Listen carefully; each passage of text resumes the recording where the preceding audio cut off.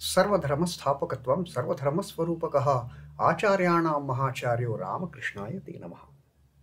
O establisher of all the faiths, embodiment of all the religions, the greatest teacher among all the teachers, O Sri Ramakrishna, my salutations to you. Namaste, pranam.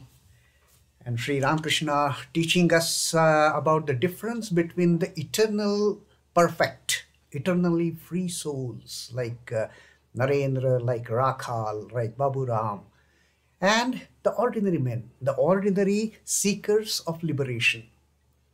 Baddha Jiva, he doesn't include in this category at all to talk about the difference between the spiritual achievements or the spiritual background of the ever-free souls and the ordinary souls. Now, Sri Ramakrishna has said that the ever-free souls, right from their birth, they are free from any desire for the material interests.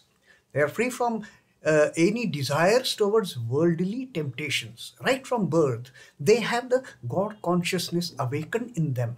And they don't have to do any austerities, any prescribed, any kind of formal practices, the devotional or spiritual practices. But still, for the sake of teaching others, they do undertake the austerities, they do undertake some practices to show the other ordinary people how to proceed on the path of spirituality. Now, ordinary people, they take quite a long route for that matter. They have a strenuous, they put in strenuous efforts to reach their goal. And out of 100,000 million of such mumukshus, such seekers towards liberation, hardly one or two, they succeed after so many attempts. But their attempts continue life after life. That is the fate of ordinary souls. But the ever-free, they are perfect right from their birth. And then Sri Ramakrishna says that without intense attachment, this passionate love, the raga bhakti, which these ever-free souls, they are carrying within them, the raga bhakti, the prema bhakti, to spread that enlightenment, to spread the illumination, it automatically comes to them because they have no attachment towards any worldly temptations. Without this intense attachment, this passionate love, one cannot realize God. So that is the way these ever-free souls, they are always teaching the ordinary mumukshus how to proceed on this path. Now today Sri Ramakrishna is going to tell something very interesting. Sri Ramakrishna, he is in fact even a step above the ever-free souls. He is the incarnation, Lord incarnate in this yuga. Often Sri Ramakrishna, the slight association of the divine, he gets into samadhi. He loses the outer consciousness and he even loses the sense of being on this normal plane. And suddenly he transcends into that eternal divine realm and attains samadhi. For others, the mind taking up to the Ajna Chakra itself is a great struggle. But Sri Ramakrishna easily transcends even from the Ajna Chakra to the Sahasrara and goes beyond.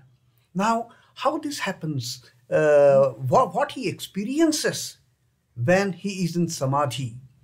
Of course, what he realizes during samadhi, he says nobody can describe that. But what is that experience of attaining the samadhi? That now Sri Ramakrishna is going to tell us today.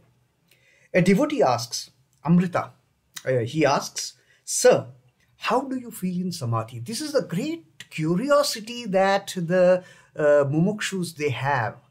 The great curiosity of what happens to incarnate like Sri Ramakrishna when he attains samadhi, when he loses his touch with this normal plane of the worldly life, when he transcends and goes beyond the ordinary planes, just shoots up into that divine realm and experiences that absolute bliss, the absolute existence, the absolute knowledge, the Satchidananda, existence, knowledge, bliss, absolute. Now, what is Sri Ramakrishna's answer is very interesting, and he tells his experience of what he feels, what he experiences when he is getting into that mode of samadhi, when the mind is transcending the Sahasrara. Sri Ramakrishna says that you may have heard that the cockroach, by intently meditating on the bhramara, bhramara is that flying insect like bee, the larger version of the bee. What if a cockroach meditates on bhramara constantly? Even the cockroach transforms to become the bhramara. You may have heard that cockroach, by intently meditating on the bhramara, is transformed into a bhramara. Do you know how I feel then? And then Sri Ramakrishna says, like an ordinary cockroach, when I start meditating on that akhanda, that nirakara satchidananda, even transformation happens in my physical state. Sri Ramakrishna says that, do you know how I feel then? I feel like a fish released from a small pot into the water of Ganges. Now just imagine, there is a one small pot, and we are putting one fish inside. The fish is feeling so much suffocated in that small pot. Now it is surviving, it is living, it is doing its duties in that small pot, in that small vessel. Now suddenly, if that fish is released into the vast body of water, body of Ganges, what will the fish feel like? All these days I was in the fixed atmosphere, in the fixed kind of a container, and suddenly that fish is thrown into the vast water body of the Ganges.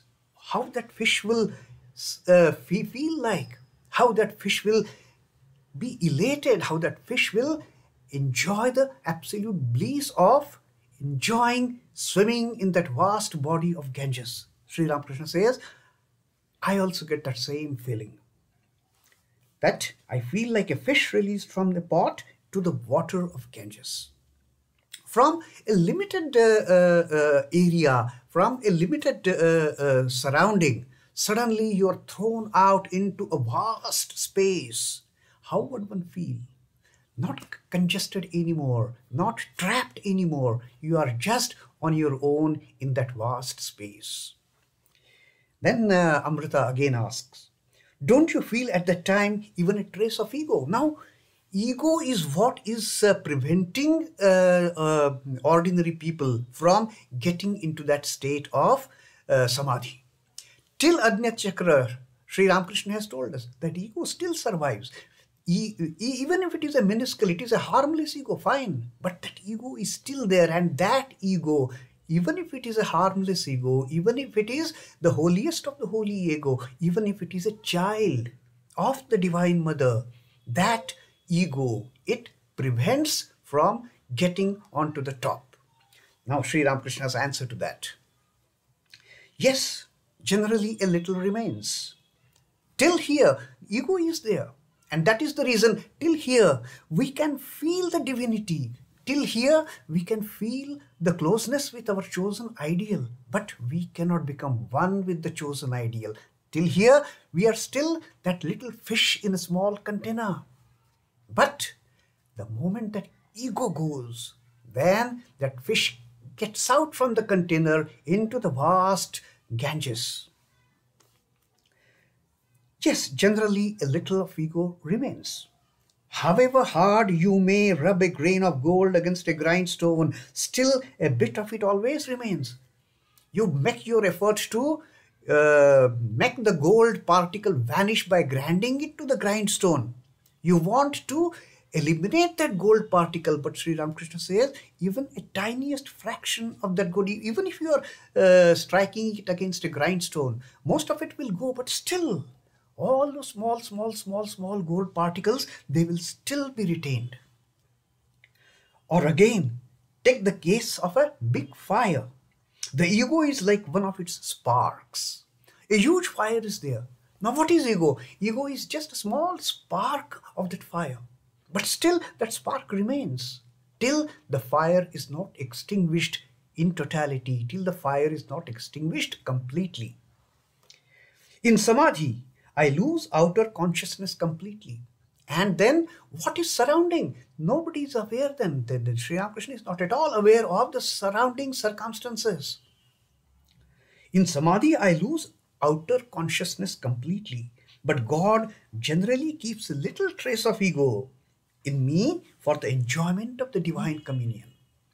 That little ego, unless and until that ego is there, if the ego is gone, you become one with the Satchidananda. And then Sri Ramakrishna says that God still makes that slightest ego active.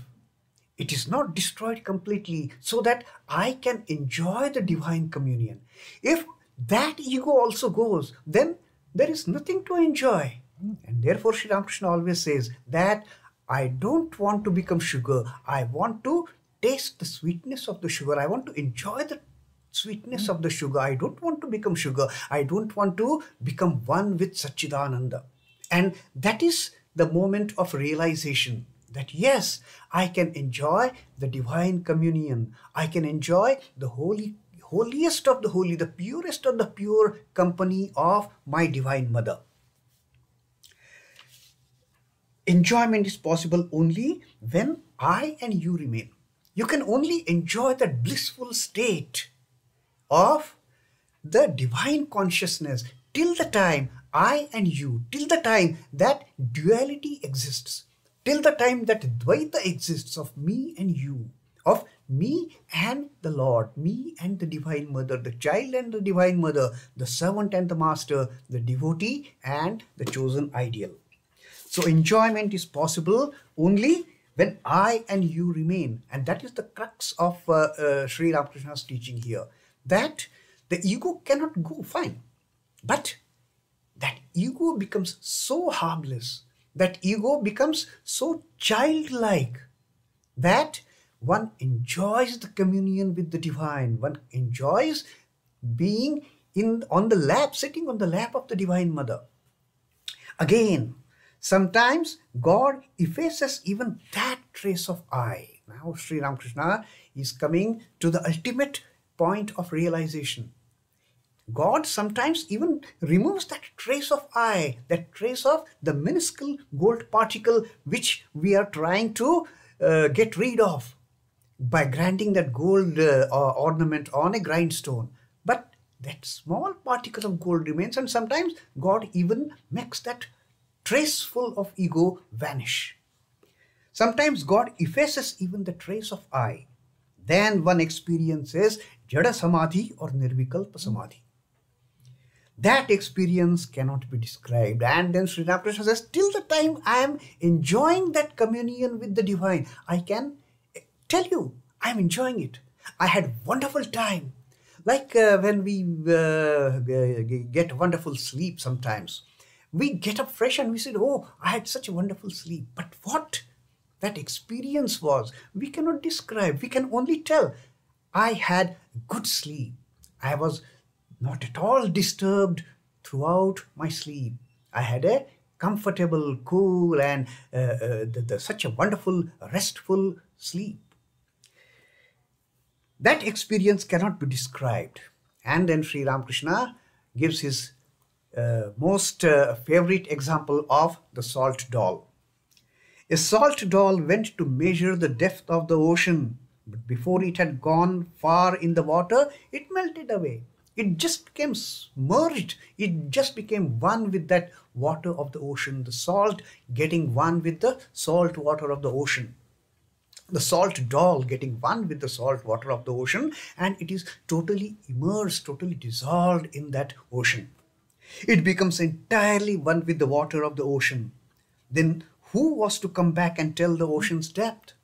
Now that salt doll, when it goes to the sea water, goes to the ocean, can it then come back and tell us what was the ocean like? What was its depth? What all it saw in the heart of that ocean? It cannot. It has become one with the Lord. It has become one with the ocean. And Sri Ramakrishna says, that is what I experience in Samadhi. When that trace of ego also goes, then what happens? Sorry, I won't be able to describe it, because no one has been able to describe what is becoming one with Satchidananda. Satchidananda is beyond words. Satchidananda is beyond our comprehension of these limited senses. Then there is only that experience to be experienced. That's it. You cannot describe what happens in that nirvikalpa samadhi. Till the time you are sitting on the lap of Divine Mother, you can tell people, oh, it is such a wonderful thing. But what it is like going beyond that, Sri Ramakrishna says, that I can never tell, nobody can tell, because Satchidananda cannot be described in words. So Sri Ramakrishna, confessing his own state of mind when he goes into the state of samadhi. It's a wonderful teaching we had today from Sri Ramakrishna on what he experiences during samadhi. Om Namah Shri Bhagavate Ramakrishnaya. Sri Ramakrishna Arpanamastu. Jai Thakur, Jai Ma, Jai Swamiji.